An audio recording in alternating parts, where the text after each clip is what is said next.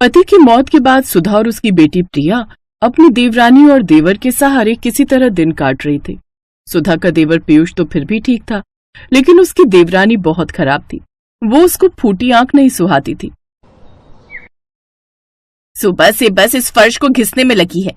खाना क्या तेरा मरा हुआ पति बनाएगा ऊपर से आकर?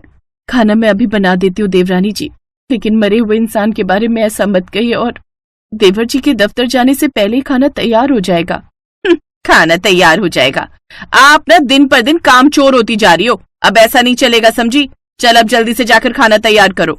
बेचारी जेठानी खाना बनाने चली जाती है। उसकी देवरानी हर रोज का काम बस उसी से लेती थी। ऐसे ही समय बीता। सुधा सारा काम अपनी जेठानी और उसकी छोटी 8 साल की बच्ची से लेती थी। एक रोज सुधा लगातार काम करने के कारण काफी थक जाती है और उसकी तबीयत काफी खराब हो जाती है, जिससे उसे तेज बुखार हो जाता है। उस रोज वो अपने कमरे से बाहर नहीं आती। ये देख देवरानी गुस्से में आ जाती है। क्या है ये सब जेठानी जी? सुबह के 9 बज रहे हैं, अभी तक बिस्तर पर पड़ी हो। आज काम करने का इरादा नहीं है क्या? अंकिता, मेरी तबीयत काफी खराब लग रही है, सर में तेज दर्द भी है, आज मुझसे काम नहीं हो पाएगा। ये सुनकर तो देवरानी गुस्से में आ जाती है। वाह जी वाह, ठूस ठूस कर खाने में तो तुम्हें कोई बीमारी नहीं होती, लेकिन ऐसे काम करने में तुम माँ बेटी को तकलीफ होती है। मेरे घर में मुफ्त की रोटियां तोड़ने को नहीं मिलेंगी, समझी? अपना बोरिया बिस्तर उठाओ और दोनों माँ बेटी यहाँ से चलती बनो। अंकिता उनके सामान की पोटली उठाकर फेंक देती है, साथ ही उन दोनों को घर से भी निकाल देती है। ऐसा मत करो देवरानी जी, मेरी बच्ची के बारे में तो सोचो। मैं उसे लेकर कहाँ जाऊंगी? वैसे भी मैं यहाँ जितना काम करती हूँ उतना कहीं और करूँ तो हमें 2 वक्त की रोटियां तो मिल ही जाएंगी। अच्छा, मुझ पर एहसान जताती है। मिल ही जाएंगी तो यहाँ क्या कर रही है? निकल यहाँ से और भीख मांग कर खा। सुधा अपनी बेटी के साथ घर छोड़कर चली गई। बुखार से तपती हुई वो लगातार अपनी बेटी के साथ पैदल चलती रहती है, लेकिन कुछ दूरी पर चलते चलते उसकी तबीयत और भी बिगड़ने लगती है और वो चक्कर खाकर गिर जाती है। पानी पानी, माँ तुम यहीं रुको, मैं भागकर पानी लाती हूँ। प्रिया भागते हुए पास की नदी में जाती है और वहाँ पड़ी एक प्लास्टिक बोतल में पानी लेकर आती है, लेकिन जब वो वापस लौटती है तो सुधा वहाँ नहीं होती। माँ कहाँ चली गई तुम? माँ, मैं रह नहीं पाऊंगी तुम्हारे बिना। अब प्रिया जोर जोर से रोने लगती है। वो आस पड़ोस के लोगों से अपनी माँ के बारे में पूछती है। साहब क्या आपने मेरी माँ को देखा? मैं क्या तेरी माँ का नौकर लगाऊं जो उस पर नजर रखूं? चल भाग यहाँ से, धंधा करने दे। फिर प्रिया रोते हुए अपनी चाची के घर आ जाती है और उन्हें सारी बात बताती है। मुझे तो लगता है वो अपने यार के साथ भाग गई होगी। ऐसा क्यों बोलती है? क्या पता वजह कुछ और हो। और प्रिया बेटी, अब तुम यहीं रहो हमारे साथ। मैं इसे यहाँ नहीं रखूंगी। इसकी माँ तो अपने यार के साथ भाग गई, लेकिन मैं इसका ख्याल रखूं? नहीं। अरे तुम्हारा क्या जाता है, यहाँ रहेगी तो 2 सूखी रोटी दे दिया कर, बदले में घर का सारा काम करवा लिया कर। ये सुनकर देवरानी खुश हो जाती है। अब वो प्रिया से दिन रात काम करवाती रहती और अपने बेटे का जूठा बासी खाना उसे खाने को देती। मैं नहीं खाऊंगी ये जूठा खाना। ज्यादा बकवास मत कर, नहीं तो ये भी नहीं मिलेगा, समझी? अगर तुझे यहाँ रहना है तो जूठा और बासी खाना ही खाना पड़ेगा। अब वो उसे बासी खाना खाने को ही देती। भूख से मजबूर उसे अब वो खाना ही खाना पड़ता है। एक रोज देवरानी का बेटा अंकुश अपनी माँ से जिद करता है। माँ, मुझे मैक्रोनी खानी है। मेरे स्कूल के थोड़ी दूर पर एक ठेला है, सुना है वहाँ की मैक्रोनी बहुत ही अच्छी होती है। पापा को बोलो हमें लेकर चले वहाँ। सुना है वहाँ बहुत लोगों की भीड़ आती है उसकी मैक्रोनी खाने। अच्छा, फिर तो मैं अभी तुम्हारे पापा को फोन करती हूँ कि वो शाम को जल्दी घर आ जाए और हमें वहाँ लेकर चले। अंकिता अपने पति को फोन कर देती है। मैक्रोनी खाने का तो मेरा भी बड़ा मन है। ठीक है, मैं शाम को जल्दी घर आऊंगा, तब चलेंगे उस ठेले पर। शाम को वो सभी उस ठेले पर जाने के लिए तैयार हो जाते हैं, लेकिन तभी प्रिया बोलती है। चाचा, मैं भी मैक्रोनी खाने जाऊंगी, मेरा भी बड़ा मन है। हाँ, जैसे तेरा बाप तो जायदाद छोड़कर गया है ना। क्यों गुस्सा करती हो अंकिता? चलने दो, इसे भी बच्ची है, इसका भी मन होगा। अब वो सभी उस ठेले पर मैक्रोनी खाने चले जाते हैं जहाँ काफी लंबी भीड़ लगी हुई थी। अरे बाप रे, इतनी लंबी लाइन लगी है यहाँ तो। ऐसे में तो रात तक नंबर आएगा। ऐसा करते हैं, आज कहीं और से कुछ खा लेते हैं, यहाँ हम फिर किसी दिन आएंगे। वो लोग वहाँ से जाने लगते हैं, तभी कुछ ग्राहक आपस में बात करते हुए। गजब स्वाद है इस मैक्रोनी वाले के हाथों में, इतनी टेस्टी मैक्रोनी तो हमने आज तक नहीं खाई। ये सुनते ही देवरानी के कान खड़े हो गए। क्या सचमुच में इतनी अच्छी मैक्रोनी है यहाँ की? अब तो हम खा कर ही जाएंगे, फिर काफी देर तक इंतजार भी करना पड़े तो कोई बात नहीं। अब वो भी ठेले पर नंबर लगाने के लिए खड़े हो जाते हैं। फिर जैसे ही उनका नंबर आता है तो ठेले पर खड़ी औरत को देख वो हैरान रह जाते हैं, क्योंकि वो और कोई नहीं बल्कि सुधा ही थी। सुधा को देखते ही प्रिया भागकर अपनी माँ के पास जाती है और उससे लिपट जाती है। माँ तुम जिंदा हो माँ? और तुम यहाँ कैसे? उस दिन तुम चक्कर खाकर गिर गई थी, फिर कहाँ गायब हो गई थी? मैंने तुम्हें कितना ढूंढा माँ, लेकिन तुम कहीं नहीं मिली। बेटी, उस दिन मैं जब तेज तबीयत खराब होने के कारण वहाँ पड़ी हुई थी तब। मुझे बचा ले प्रभु, मेरी बच्ची को अनाथ मत होने देना। तभी वहाँ से एक बूढ़ा आदमी ठेला लेकर आ रहा था। अरे बेटी, तुम्हारी तबीयत तो बहुत खराब है, आओ चलो मेरे साथ, मैं तुम्हें दवाई पानी देता हूँ। लेकिन मैं कुछ कहने सुनने की होश में नहीं थी। फिर ये बाबा मुझे जैसे तैसे अपने घर ले आए। इनकी कोई संतान नहीं थी, इसलिए इन्होंने मुझे यहीं अपने साथ ही रहने दिया और साथ ही मुझे ये बढ़िया मैक्रोनी भी बनानी सिखाई। हमने तुझे बहुत ढूंढा, लेकिन तू हमें कहीं नहीं मिली बेटी। मैं चाचा के घर वापस चली गई थी माँ। मुझे लगा तू वहाँ कभी नहीं जाएगी, इसलिए मैंने तुझे वहाँ नहीं ढूंढा। खैर, अब तू आ गई है ना, तो अब तू अपनी माँ के साथ ही रहेगी। नहीं भाभी, आप दोनों हमारे साथ अपने घर वापस चलिए, इन बाबा को यहीं छोड़िए। अब हम खुद का रेस्टोरेंट खोलेंगे, आप उसी में मैक्रोनी बनाकर बेचना और हम खूब पैसे कमाएंगे। नहीं, मैं बाबा को धोखा नहीं दे सकती। जिस आदमी के कारण आज मैं इतने पैसे कमा रही हूँ, जिसने मुझे छत दी, आप चाहते हो मैं उसे ही धोखा दूं? कभी नहीं। अब मेरे ठेले पर आए हो तो मेरे हाथ की मैक्रोनी खाते जाओ, लेकिन हमारे वापस आने का ख्याल अब अपने दिमाग से निकाल दो। अंकिता देखती है कि कैसे उसकी अनपढ़ जेठानी इतनी टेस्टी मैक्रोनी बेचकर पैसे कमा रही है। अब उसे अपनी करनी पर पछतावा तो बहुत था, लेकिन वो कुछ कर नहीं सकती थी। और अब दोनों माँ बेटी उस बूढ़े बाबा के साथ खुशी खुशी रहती हैं।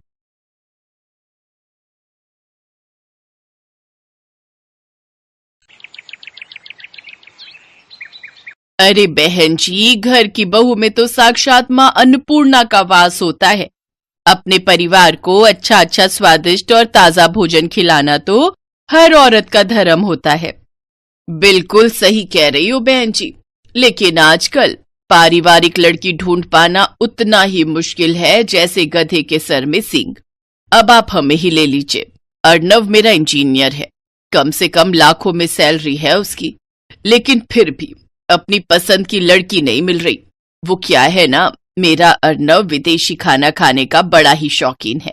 कहता है सिर्फ उसी लड़की से शादी करूंगा जो विदेशी खाना यानी कॉन्टिनेंटल फूड, हाँ कॉन्टिनेंटल फूड बनाना जानती होगी।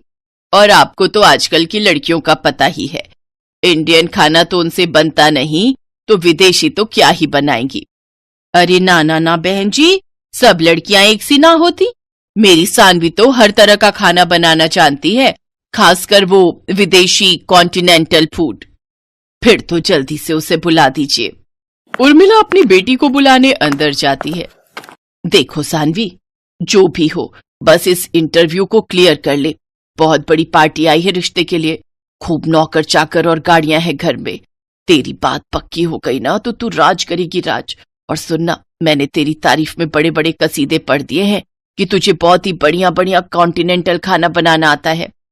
माँ, मुझसे आलू पूड़ी रोटी सब्जी ये सब तो ठीक से बनता नहीं। पराठा बनाती हूँ तो पहचानना मुश्किल हो जाता है कि पराठा है या श्रीलंका का मैप। और कॉन्टिनेंटल डिशेस का तो मुझे नाम तक नहीं पता।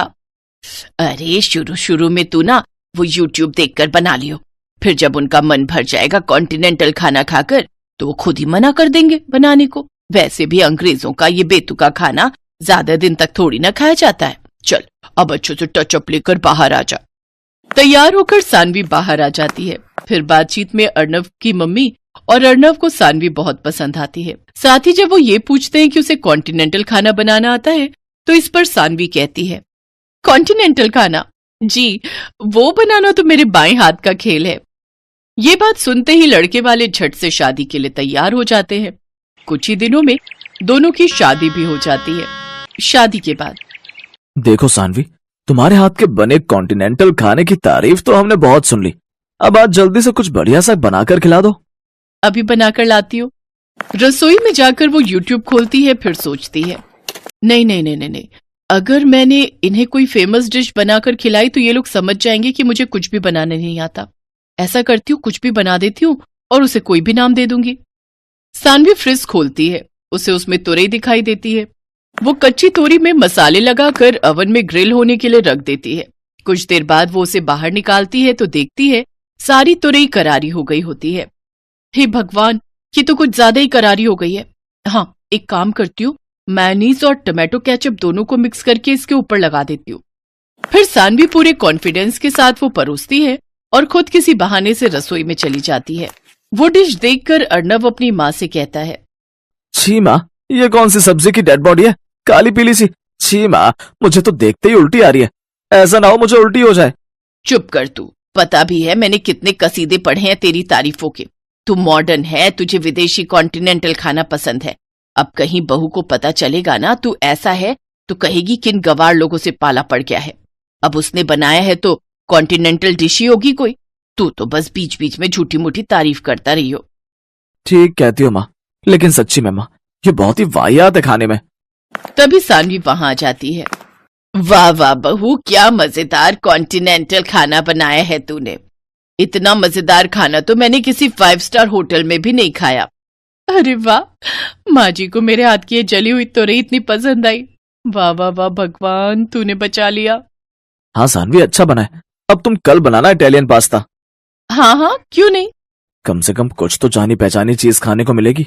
अगले दिन सानवी इटालियन पास्ता बनाने के लिए किचन में जाती है और यूट्यूब पर रेसिपी देखने लगती है। मुझे तो इनके नाम से भी चक्कर आ रहे हैं।